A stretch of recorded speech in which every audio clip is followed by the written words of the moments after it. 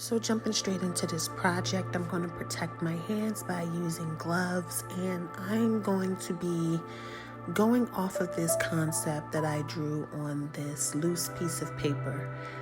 This sketch was an idea of how I wanted it to look, and so I'm just going to start prepping my canvas by mixing up some resin. And once I mix it for the duration that's needed, I am going to get it ready to set my first layer of crystals.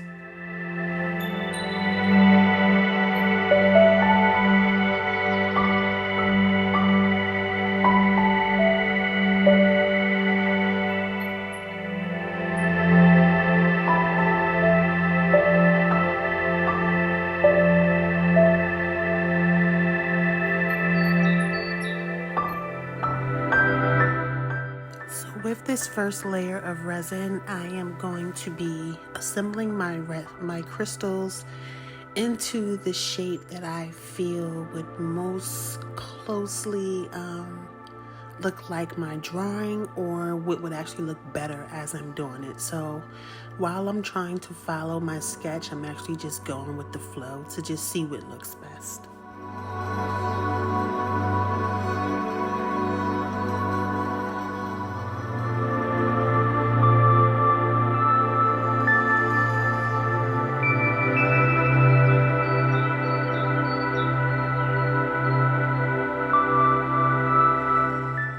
So if you notice in my sketch, I do have a blacked out area that's in the center. That's where I'm going to be putting my black pigment, which will come later. So that's why I'm not putting any gems in the center as I'm assembling them. Right here, I'm actually putting points or making my crystal area a little bit pointed versus the rounded areas that I have sketched out. But like I said before, this is me just feeling my way through how I want this to look, and I'll actually build upon it over time. So at this point, I'm going to be adding a perimeter to the larger crystals by adding some ice cream salt. The ice cream salt gives it a variation in texture. The variation in sizes makes it look a little bit more authentic versus having giant clusters to form the entire textured area. So again, we are adding ice cream salt around the perimeter to just have it taper off in size.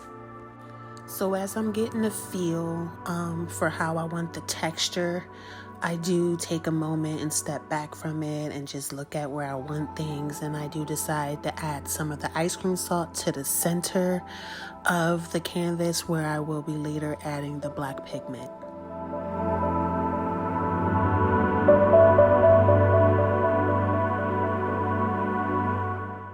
So here at this point, I realize that I don't like the extra areas being pointed, so I round them out by just stacking more of the acrylic gems on top and actually adding some fiberglass. So I'm just trying to blend it all together so you can't see the break in the texture. And I'm blending it all together just by adding some fiberglass to hide any of the gaps and to just conceal the transition.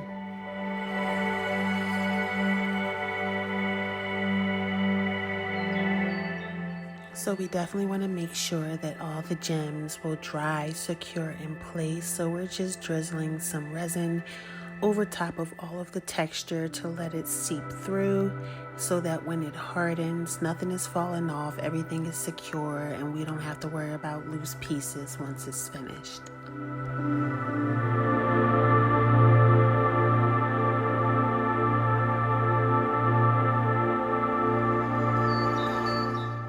Right here, we are just adding some tiny acrylic gems just to give it a little bit more variation with the texture and the bling that comes through.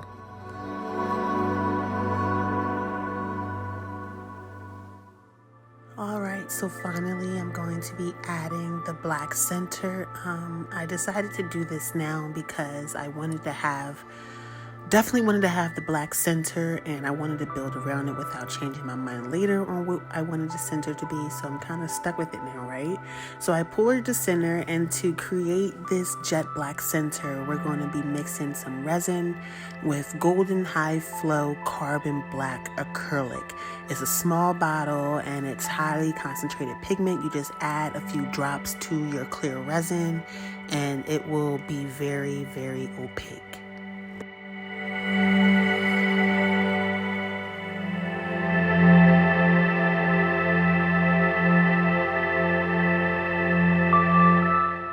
So now we're just going to be mixing up some resin and getting it ready to mix up some colors. This is a pretty big canvas and I only have one size of cup, so I may mix quite a few cups in order to get enough resin that I need. So moving straight along, I will be mixing up my resin and separating it into 3 different containers. In these containers, I will be adding a blue to it. So with this blue, I will be varying the how dark or how light it is. So to one, I will be adding a white. To another, I will be adding some gold to it. And then in another, I will be keeping it just a plain blue. So accompanying these blues, I will be using the gold pigment to outline the texture points that I had added to the center, and I will be working my way out from the center.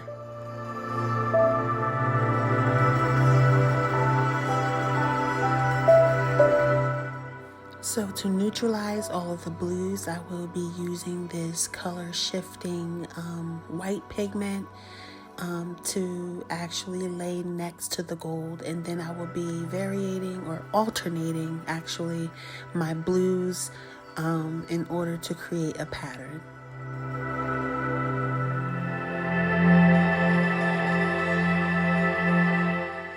So for this specific hue of blue, I will be using the blue mixed with the color changing white pigment, as well as a few drops of white cast and craft pigment. So this will lighten up that original blue that we had and just give it a little variation from the other colors. So this second blue that I'm going to be pouring is the standalone color. This is the original Skyline blue, and this blue has no other colors mixed into it. The darkest shade of blue has a little bit of gold mixed into it, as well as a drop or two of the carbon black acrylic.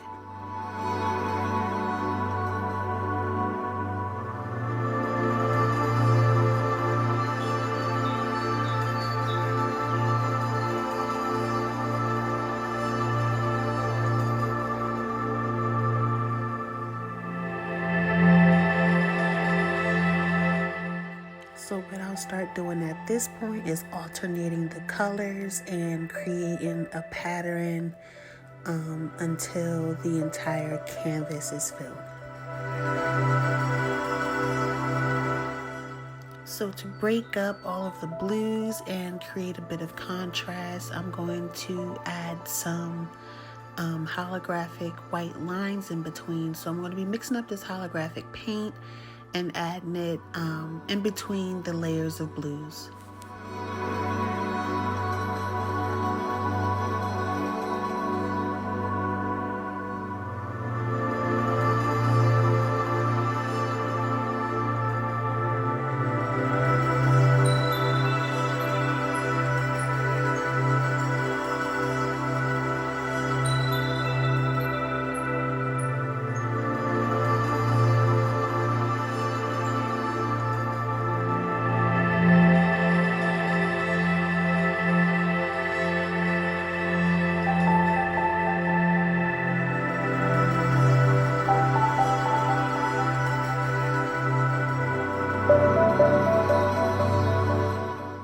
So I'm going to let you in on where I start to make my mistake. Number 1, my board is not level. And number 2, I am using a lot of heat.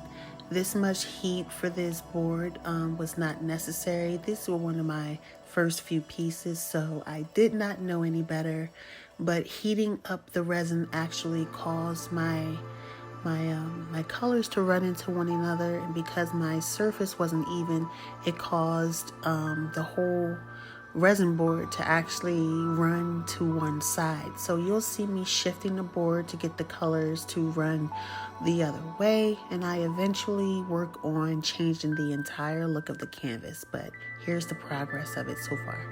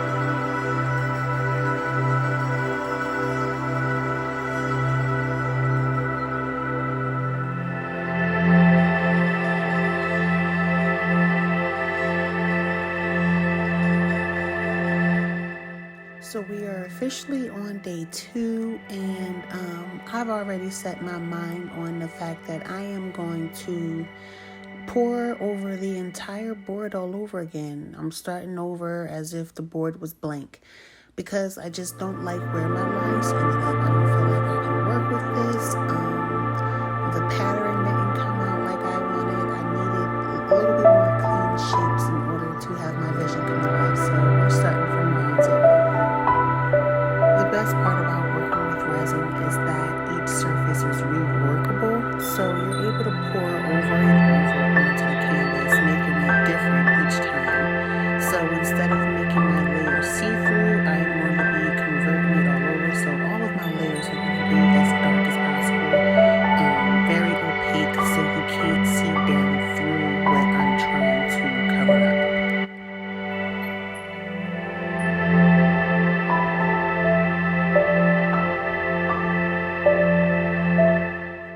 So just like before, we're using our base color blue, which is skyline blue, and we're going to be adding lighter pigment to one cup and adding darker pigment to another, and we're going to be alternating pouring these colors so we can get the shapes that we want, and all while having our white pigment, which we're going to use the holographic kind in order to separate the dark colors.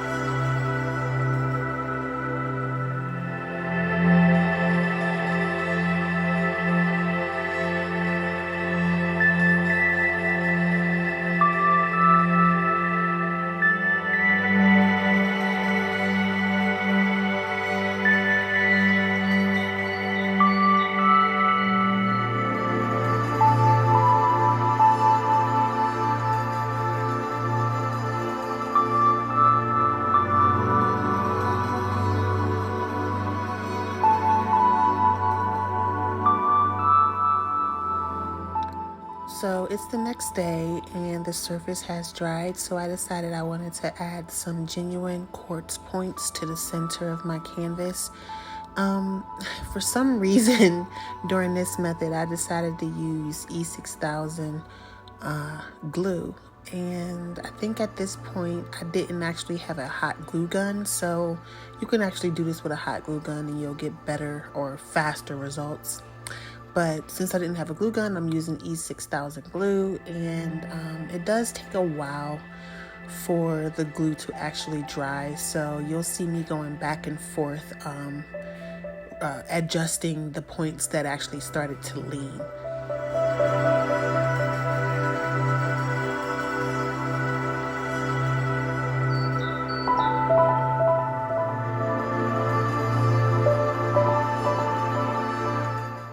So now I'm just getting my pins ready and I'm going to start adding my line details. I do not have a plan as to where they're going, so you'll see me add some line details and then wipe them away. But this is just my thought process.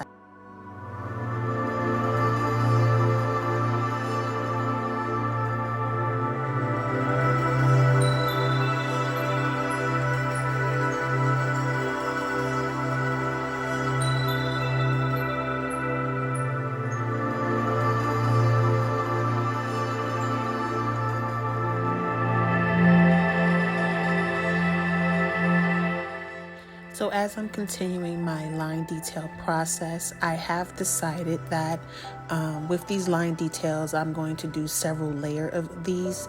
So what I'll do is add the bold ones first, then I'll top it off with resin, let that dry, and then add additional line details. But this is what I'm thinking. There's going to be several more layers to this canvas.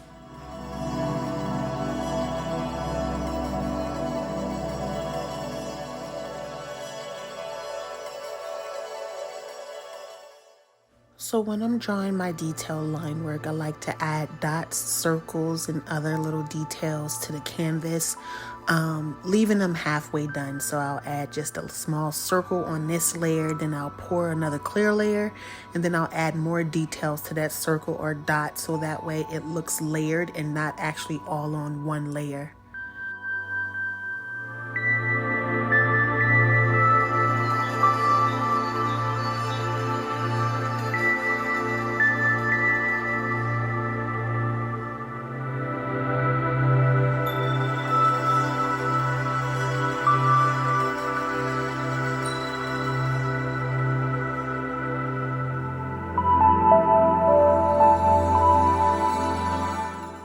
Right here is where you'll see me adding more acrylic gems just as a space filler.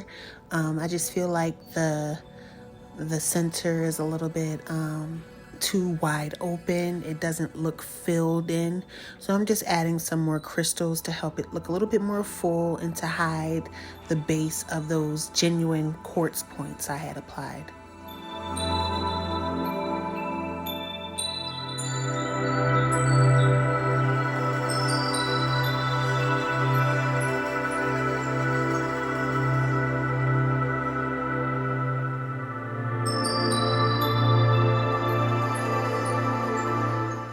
So now we just want to drizzle some resin over the crystals and between the authentic crystal points, so that way we have a nice secure bond. We don't want any of these gems, glass, or any of the authentic crystal points falling off once we're done. So this is just a way to make sure that everything's permanent, nice and secure, and basically indestructible.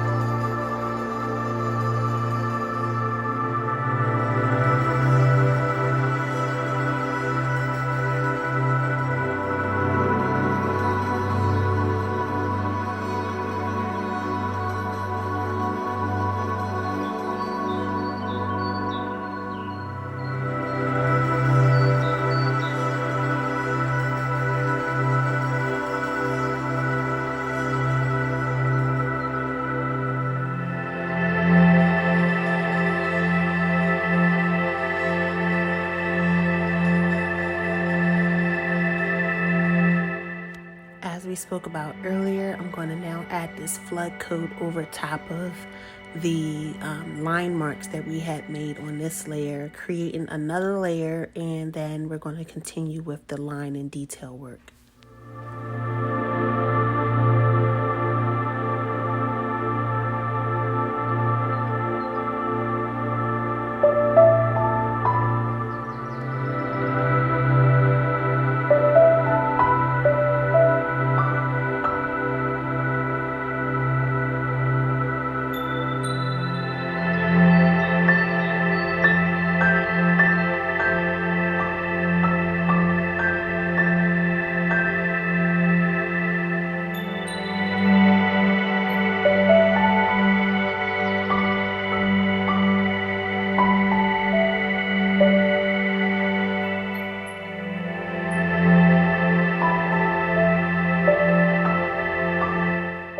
So once we have that flood coat down and we have all the resin evenly spaced out onto the canvas, we're going to go over it with our torch and make sure we pop any of the surface bubbles, and we're going to go ahead and make sure we cover it up so that none of the debris in the air drops onto it and dries into the resin, so we can move on to the next steps.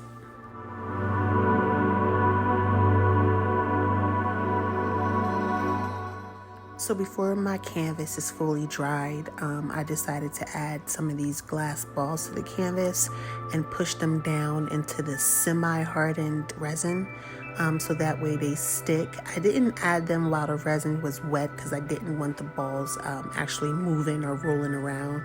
So doing it this way actually makes sure that the ball stays where I put it.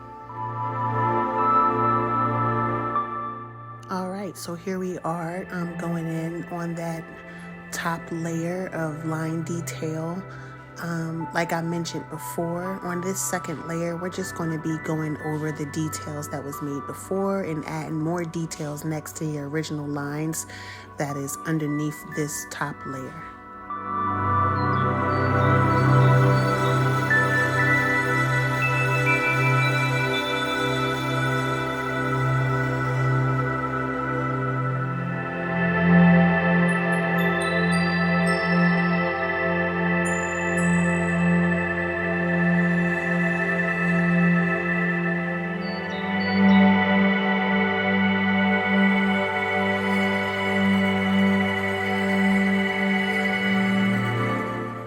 So what I'll be doing is adding these lines directly next to the lines that are underneath of this top layer.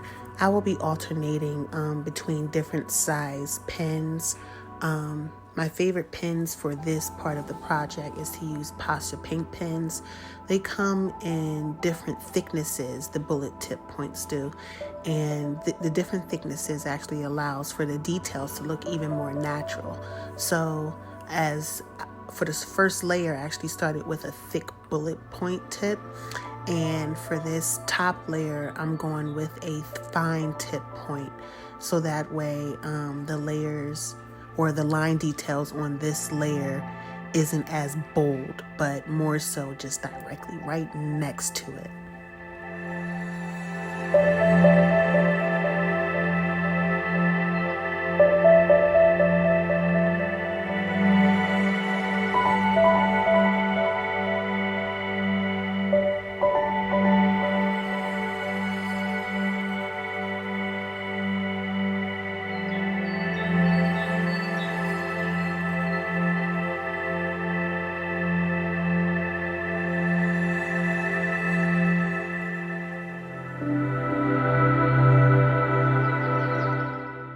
So now we're moving on to my favorite part of creating resin art projects, and that's doing the glitter line detail work.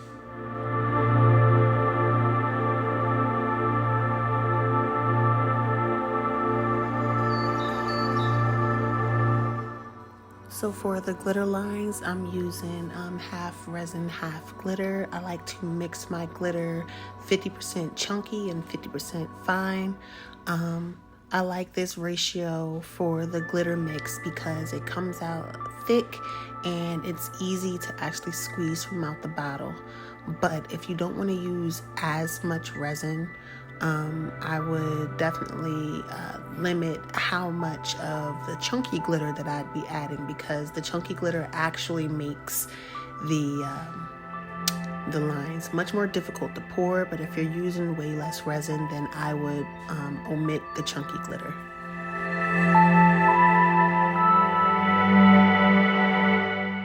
So my technique with pouring the glitter is to follow the shape that I'm pouring around, and to actually create gaps between and spaces between where I'm pouring the glitter. I'll also make some rings and add some dots, and I'll come back to those later and finish them off. But these are the details that I like to use when adding glitter. So after my blue glitter lines and dots and rings have actually dried, I'm going to be adding another flood coat on top of the glitter lines. I want my glitter lines to be beneath of a layer so I can add even more details on top of it. What my whole goal for this project at this point is for it to look 3D. So when you look through it, not all the details are on one layer. So you're looking through several layers of intricate details.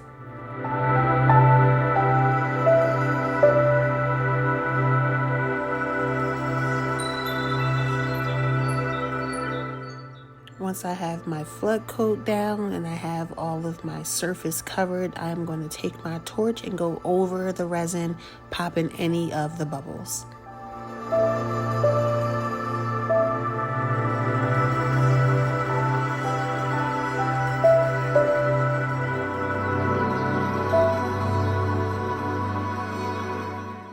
Okay, so it's the next day and my surface has dried. So at this point, I have my eye on the prize. I'm going to be adding some more details and trying to finish this piece. So I'm going to be reusing the cup that I had used from a previous project, and I'm going to start mixing up some resin and be preparing for the gold glitter lines that I want to add to this piece of work.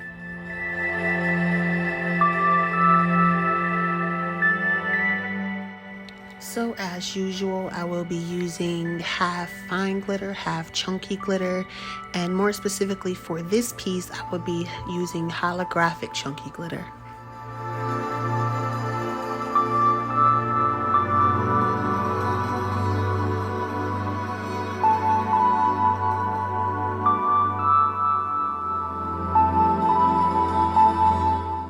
So I will be adding the chunky glitter to the outside perimeter of the crystals that I had set.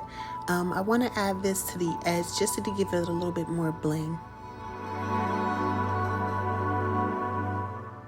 Because the glitter and the resin mix has become quite messy, I am using some baby wipes to wipe off any drips or mistakes that I have that may fall onto the surface of my canvas. And I'm able to use these baby wipes because my canvas is actually fully dry. So do not try this if your canvas is wet, tacky, or even just a little bit soft. So I would definitely wait until it's completely hardened. I did wait several days in between layers, so my surface is good to go.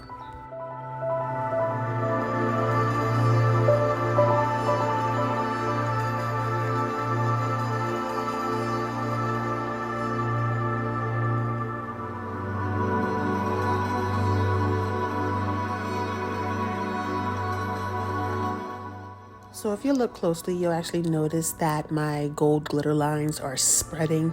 That's because I didn't use as much chunky glitter as I should have. So the lines are not maintaining the shape. So they'll widen and they'll spread out, but that's completely fine for this project. But to fix that, just add more glitter so that it's just a little bit more thick.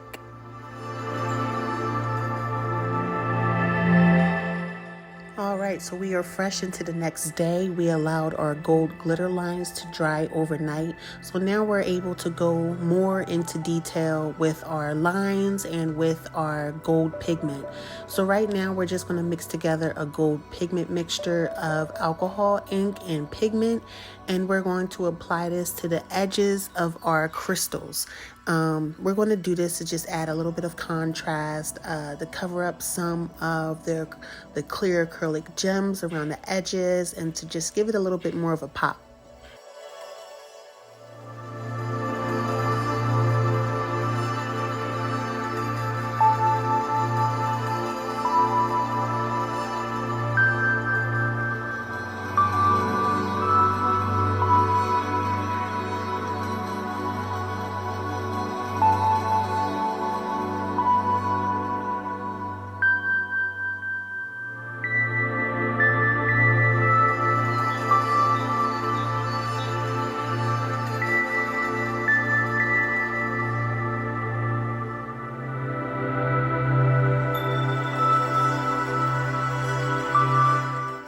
Next, we're going to continue on with our detailed line work.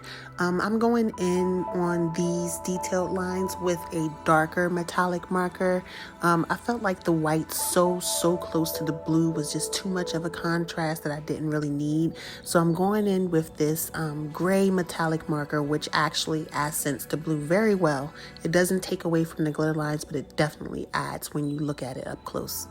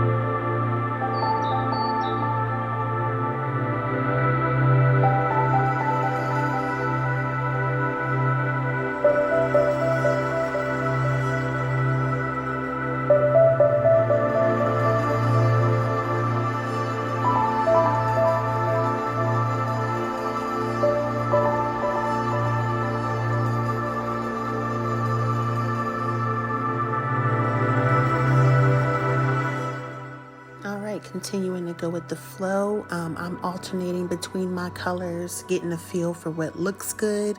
I did decided to add that white line outside of the dark gray color. It looks good. It's bringing it to life. It's giving it all some shape, and I'm loving where this is going.